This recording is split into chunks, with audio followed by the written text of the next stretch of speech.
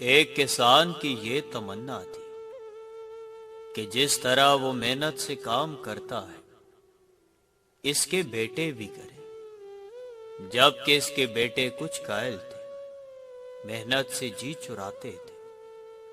اچانک کسان بیمار ہو گیا، علاج کیا مگر کوئی دوا کارگر نہ ہوئی، کسان مرنے لگا۔ تو اس نے اپنے بیٹوں کو بلایا اور کہا، دیکھو میں تمہیں ایک خزانے کی خبر دیتا ہوں، اور وہ خزانہ میرے کھیت میں گڑا ہے۔ جب میرے کفن دفن سے فارغ ہو جا تو اسے ڈھونڈ لینا۔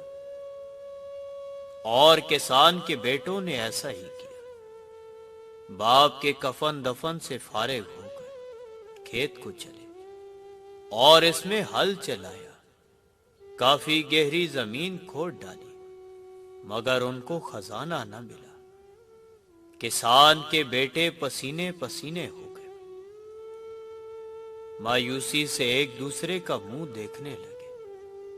آخر کار ہل چلائی زمین میں انہوں نے بیج بو دیا، پودے نکلے تو خوب پھلے پھولے۔ جب وہ فصل کاٹ کر لائے تو ان کا گھر غلے سے بھر گیا، یہاں تک کہ بہت سا غلہ انہوں نے فروخت کر دیا۔ پھر بھی ختم ہونے میں نہ آیا تو خوش ہو کر بولے، اصلی خزانہ تو یہ ہے، اگر ہم یوں ہی محنت کریں گے تو خزانہ ہمیں ہمیشہ ملتا رہے گا۔ ایک خاتون نے اپنے شوہر سے پوچھا، ہم اگلے 2 مہینوں میں ماں باپ بننے والے ہیں۔ بولی، اگر بیٹا ہوا تو کیا منصوبہ ہوگا؟ شوہر نے جواب دیا، میں اس کو تمام روزمرہ زندگی کی روایات سکھاؤں گا، کھیل، ریاضی، لوگوں کی عزت اور وغیرہ وغیرہ۔ خاتون نے پھر پوچھا، اگر بیٹی ہوئی تو؟ شوہر نے جواب دیا، میں اسے کچھ نہیں سکھاؤں گا، بلکہ میں خود اس سے سیکھوں گا، میں غیر مشروط محبت سیکھوں گا۔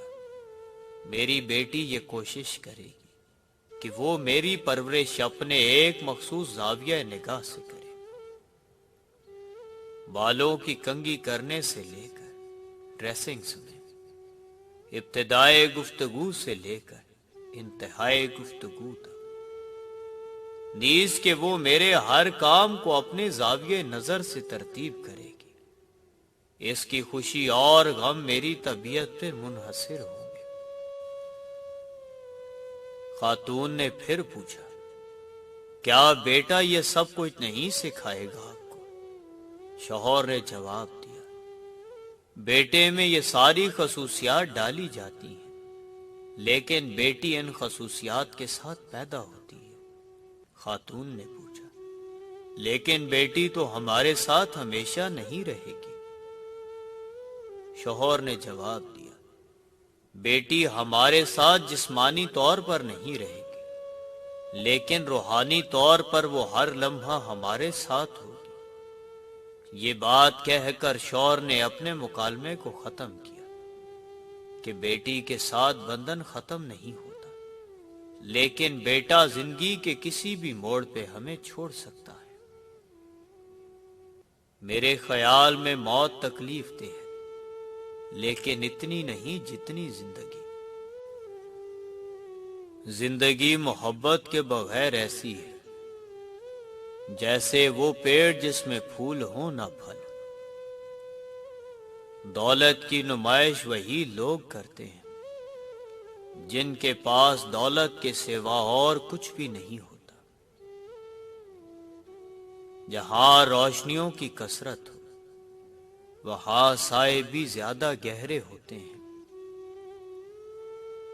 وہ جو تمہیں باہر سے سخت اور بد مزاج نظر آتے ہیں، اگر تم ان کے اندر جھانک لو نا تو تمہیں ان پر ترس آ جائے گا۔ دھوکہ کھانے والوں کو تو وقت کے ساتھ ساتھ سکون مل جاتا ہے، لیکن دھوکہ دینے والوں کو کبھی سکون نہیں ملتا۔ برا وقت ہمیشہ گزر جاتا ہے، چیزیں ٹھیک ہو جاتی ہیں، بس انسان کا ظرف آزمانا ہوتا ہے اللہ نے۔ محبت کسی کے لیے اپنی جان قربان کرنا نہیں ہے، کیونکہ یہ جان تو اللہ کی امانت ہے۔ محبت تو کسی کی رضا اور خوشی کے لیے اپنی رضا اور خوشی کو قربان کرنے کا نام ہے۔ آپ اپنی زندگی سے بھلے خوش نہ ہوں، پر کچھ لوگ ایسے بھی ہیں جو آپ جیسی زندگی گزارنے کے لیے ترستے ہیں۔ جس طرح شبنم کے قطرے مرجھائے ہوئے پھولوں کو تازگی بخشتے ہیں، اسی طرح اللہ کا ذکر مایوس دلوں کو روشنی بخشتا ہے۔ سامنے والے کی طرف سے اگر بہت دیر کوئی رابطہ نہ ہو تو دستک دے کے پوچھ لیجئے، اگر وہ زندہ ہے تو یقیناً آپ وہاں مر چکے ہیں۔ دو ایسے کام جن سے میاں بیوی کے رشتے میں پیار اور بڑھتا ہے۔ نمبر 1، بیوی کا احساس کرے اور عزت کرے، کیونکہ یہ دو ایسی چیزیں ہیں جو کسی دشمن کے دل میں بھی آپ کے لیے پیار پیدا کر دیتی ہیں۔ نمبر 2، جب گھر میں داخل ہو تو چہرے پر مسکراہٹ رکھ کر داخل ہو، کیونکہ بیوی جب پورے دن کی تھکاوٹ کے بعد آپ کا کھلتا ہوا چہرہ دیکھے گی تو وہ بھی کھل اٹھے گی۔ سچ بولنے سے انسان کو ذہنی پریشانیوں سے نجات ملتی ہے اور اس کا دل ہلکا ہو جاتا ہے۔ جو شخص تمہاری باتوں کو غور سے نہ سنے، انہیں سننے کی تکلیف نہ دو۔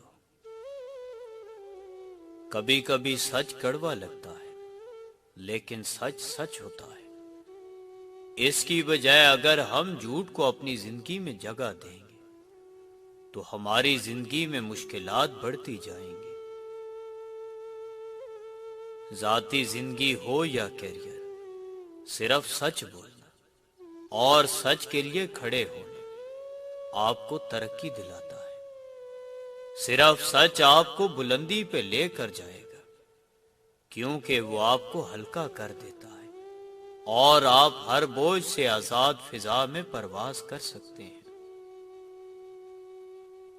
جب ناخن بڑھ جاتے ہیں تو ناخن ہی کاٹے جاتے ہیں، انگلیاں نہیں۔ بالکل اسی طرح جب کسی رشتے میں غلط فہمیاں پیدا ہو جاتی ہیں تو غلط فہمیاں ختم کرنی چاہیے، رشتہ نہیں۔ دو چیزیں آپ کے کردار کا تعین کرتی ہیں۔ نمبر 1، آپ کا صبر، جب آپ کے پاس کچھ بھی نہ ہو۔ نمبر 2، آپ کا رویہ، جب آپ کے پاس سب کچھ ہو۔